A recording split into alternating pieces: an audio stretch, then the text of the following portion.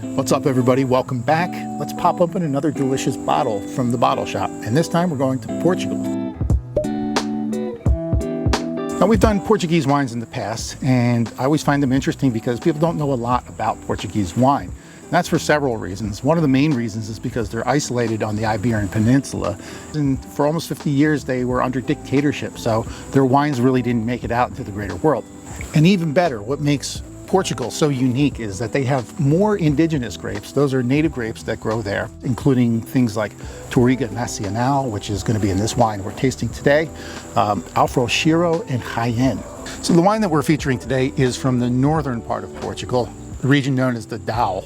So the Dow is in the northern part of Portugal and is surrounded by an amphitheater of mountains. In fact, the largest mountain in Portugal is here, and it keeps the region relatively cool and dry, which is unique in the country. In fact, the Dow region is known as the Burgundy of Portugal because it's known for these more light and elegant kind of wines. So this wine here is made by a gentleman named Carlos Raposo, or I guess in Portuguese you would pronounce it Carlos Raposo.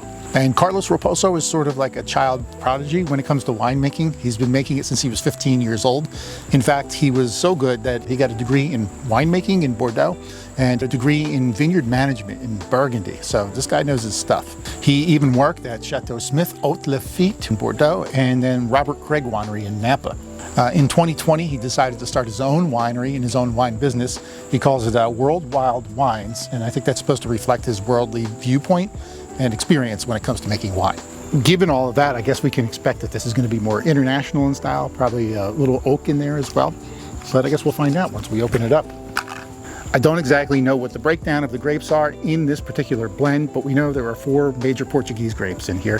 First one being Touriga Nacional, which is considered sort of the national grape of Portugal, Tinta Roriz, Alfroxeiro, and Jaén.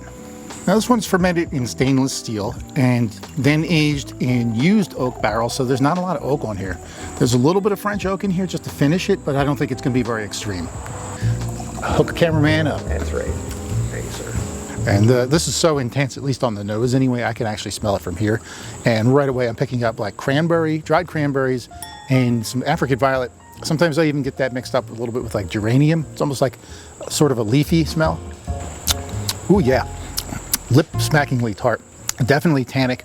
I don't think it would need any additional oak because it's actually got so much structure, and really strong on the cranberries, dried cranberry and dried cherry too. So more like potpourri-ish and some dried fruits in there. Very unique. So do you think you notice a style difference when you try Portuguese wines? Yeah, I would say that if I could use a word, I guess experimental, because they were under the dictatorship of Salazar for almost 50 years, and when he died in the 1970s, they were open up to start doing trade and business with the rest of the world. So they're relatively young, and they have a very forward-looking attitude. Every time we try Portuguese wine, I find that I actually quite enjoy it. Yeah, they're not afraid to play around, and like, yeah, you get a lot of funky Portuguese wines, which I really like a lot. So as far as food pairings are concerned, I know we're kind of not, it's not Portuguese, but I'm thinking Mexican comes to mind first. You were saying good burger wine. Yep. Yeah, this would be great with red meats, of course. I'm thinking sort of like, you know how sort of greasy, I guess, chorizo can be, but like in a good way. Mm-hmm. Yeah, I think it needs something like that, like a lot of fat and maybe even a little spice and a little burn. So if you really want to try a great value, something that's unique for the money, I'd suggest checking out some Portuguese wines over at the bottle shop. Get yourself this bottle. If you have any questions, let me know. You can always leave them below this video and I'll be happy to answer. On behalf of WTSO, I'm Marc Supsic. Thanks for sharing a glass with me today. Cheers.